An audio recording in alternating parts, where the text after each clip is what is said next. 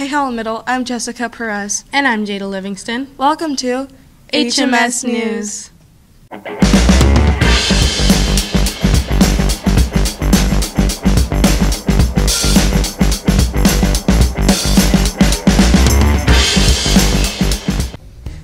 I'm here with Mrs. Wiersma, and she's going to tell us some do's and don'ts about deaf culture because today, April 18th, is National ASL Day. Well, thank you for having us today. Some common do's and don'ts. When you're interacting with deaf people, try to sign as much as possible. Even if you don't know all the signs, any signs that you do know would be helpful. When you're interacting with deaf people, look at them, make sure that you're maintaining eye contact and that you're talking normally. Don't talk too fast and don't talk too slow. And another do is if you need to get their attention and they're not looking at you, it's really common in deaf culture to just walk up and tap somebody lightly on the shoulder. That would be a good way to get their attention instead of stomping or clapping or waving. So those are some common do's. The main one is don't assume that deaf people can't do things.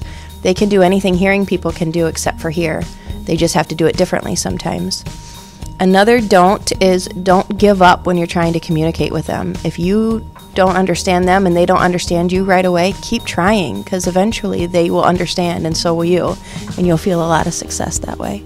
And the last one again is don't look away when you're communicating with them. Make sure that you maintain eye contact and that will help them follow the conversation. All right.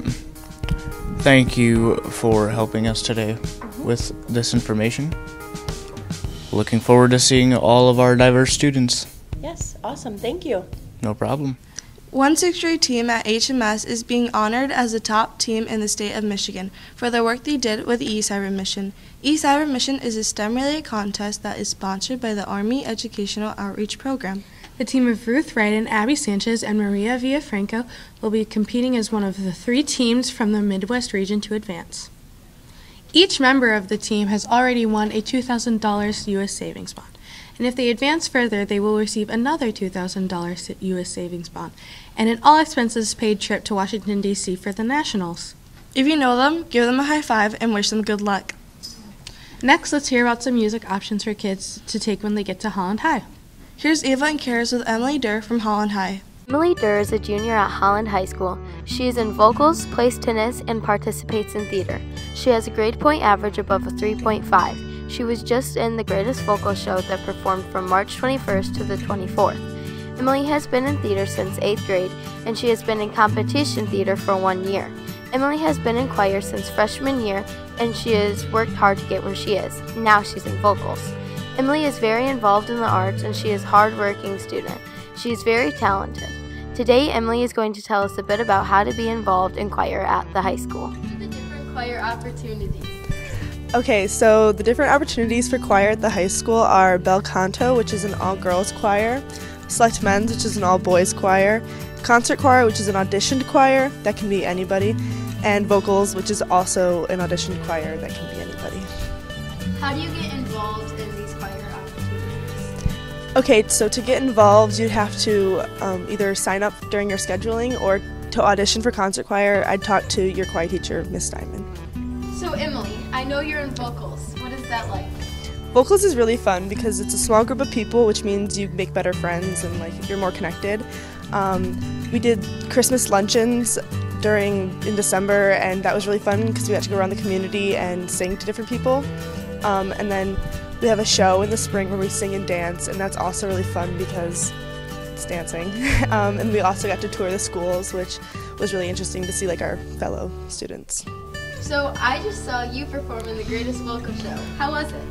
It was really fun. It was really nice to see everyone come out and see our show. It was honestly probably one of the best experiences so far of my high school career, and I think many people too would agree. It was incredible, and we had such a good time. How long have you been in choir? So I've been in choir since 9th grade when I was in concert choir during my 9th and 10th grade year, and then this past year I was in vocals, so yeah. What do you like about choir?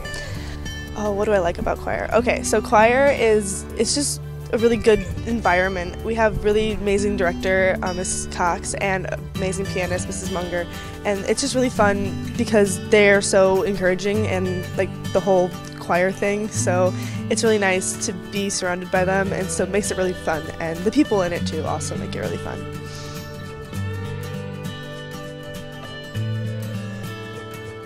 Congratulations to all the classes that took part in the Calling All Colors Diversity Door Decorating Contest. In third place was Mr. McCassell, in second place is Mrs. Kangas, and the winning door was from Mr. Orm.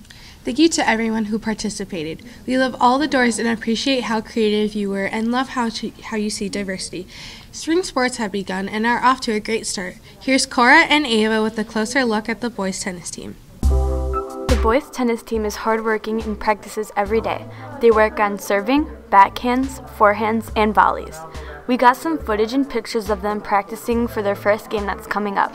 They are doing a great job, and the tennis team is sure to win all of their matches this season.